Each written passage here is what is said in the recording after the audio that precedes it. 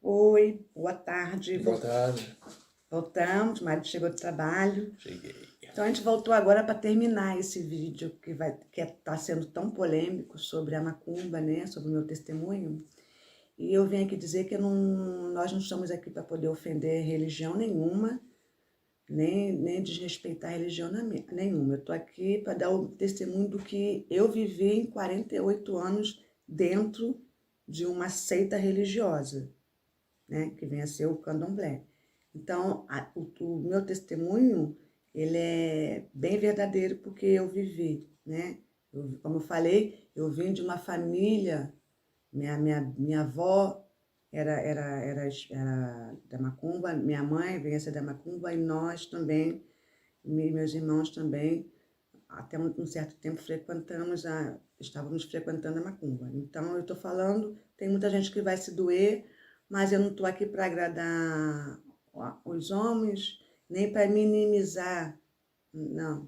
Eu estou aqui para falar a verdade, como minha vida se transformou quando eu encontrei Jesus. E para isso eu preciso falar do meu testemunho, que vem a ser a macumba, a prostituição e as drogas. Isso vem no próximo vídeo. Voltando lá na macumba, então, eu vivi realmente, foi muito tempo, entendeu? E eu gastava muito dinheiro, era caixas e caixas de cerveja para poder fazer festa, né? As festas, né? De Nançã, festa de não sei o quê, né? Muito nos candomblé dos outros, também nas casas dos outros, né? Eu gastei muito dinheiro com vela, coisa que eu não faço hoje em dia, né? Porque Deus, ele não... Eu com apenas uma oração, Deus consegue me ouvir e me abençoar, não preciso mais acender vela, nem fazer mais nada disso. Meu marido também, nós estamos juntos há 20 anos e ele presenciou muitas vezes Presenciei, eu pedindo, ele mandava dinheiro da França, daqui, mandei, verdade. para o Brasil para eu poder fazer oferenda, para poder, né, dar comida, dar aos orixás, como na linguagem, né? Para dar comida, porque era um banquete que a gente tinha que dar para os orixás, né? Isso tudo realmente se tem. Isso não é... Eu não estou falando uma coisa que eu não vivi. Estou falando uma coisa que eu vivi de berço. Então, tem sim, tem essa, esse ritual todo, né? Tem esse ritual todo para poder a gente prosperar, né?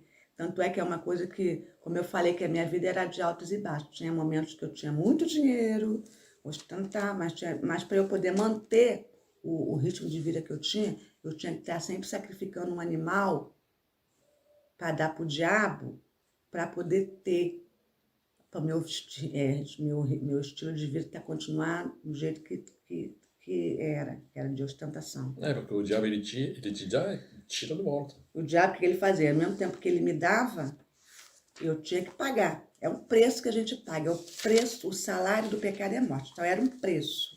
Nada que você faz para o diabo é de graça. Não. A única coisa que vem pela graça e pela misericórdia é quando a gente é uma bênção de Deus. Aí detalhe, eu não era cristão quando eu presenciei tudo E ele isso, eu era era ateu. ateu. Para mim era um negócio tipo tradicional, folclórico, como que eu posso? Folclórico. Folclórico do Brasil. Aí eu estava lá como europeu dentro Da da macumba. macumba. Não sabia. É, nem sabia. Gostava, eu respeitava, como sempre respeitei, mas aí depois que eu descobri, quando eu aceitei Jesus, eu percebi aonde eu me meti. É, porque se eu só tenho um Deus, né? Então não me convém a mim adorar outros deuses. Se Deus é o Todo-Poderoso na minha vida, né? Se Jesus morreu por mim, então, para que adorar esse?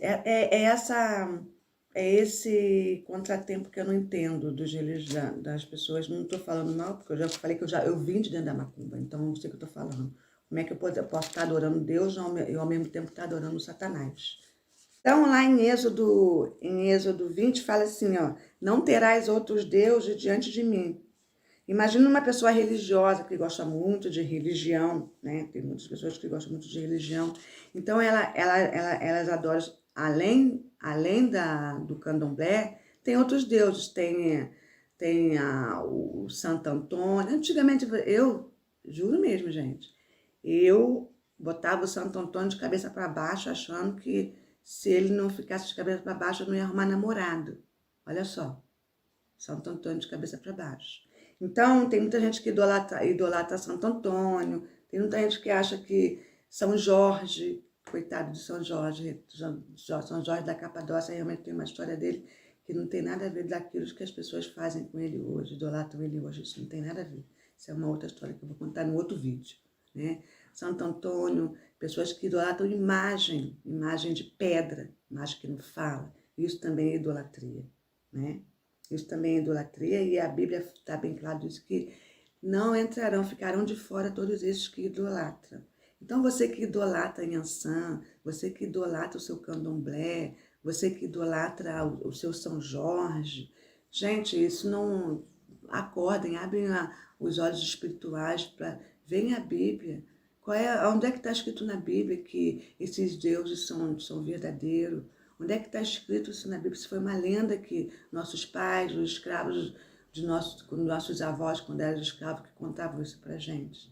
Então eu quero dizer para vocês aqui que para vocês acordarem, entendeu? Eu fiquei enganada durante 40 anos e agora Deus abriu meu olho. Gente, se fosse bom, se a macumba fosse boa, eu estava na macumba até hoje. Se eu estivesse feliz na macumba ganhando dinheiro, eu estava na macumba até hoje, muito pelo contrário.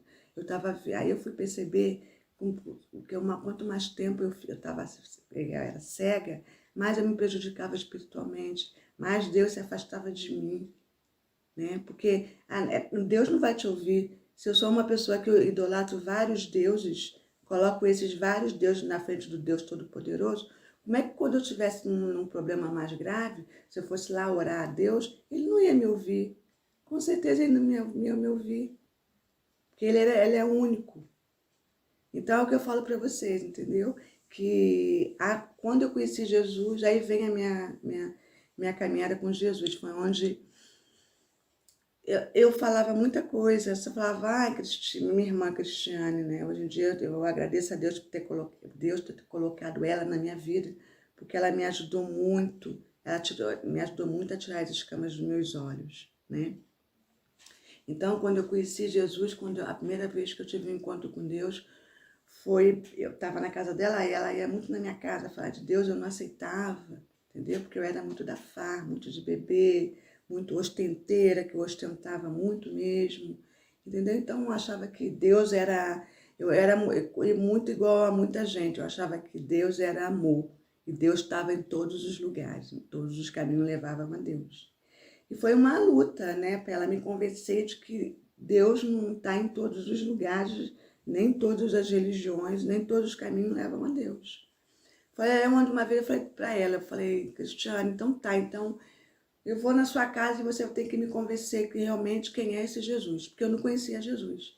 Eu falava muito de Deus, Deus, Deus, Deus, Deus, Deus, né? Eu acreditava que tinha um Deus, o nome dele era Deus, mas eu não conhecia Deus como hoje em dia eu conheço, porque ninguém vai ao Pai se não passar pelo Filho. Então, para eu conhecer Deus como eu conheço hoje, eu tive que conhecer o Filho dele, Jesus Cristo, né? Então, foi aonde ela me apresentou Jesus Cristo. Foi aonde ela abriu, minhas escamas foi caindo.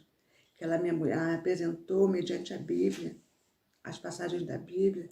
Ela foi na passagem de Henrique e Lázaro, que realmente me chocou e realmente me impactou essa passagem de Henrique e Lázaro, quando Lázaro, né, vai para o céu e Rico vai para o inferno. Então essa passagem me impactou muito.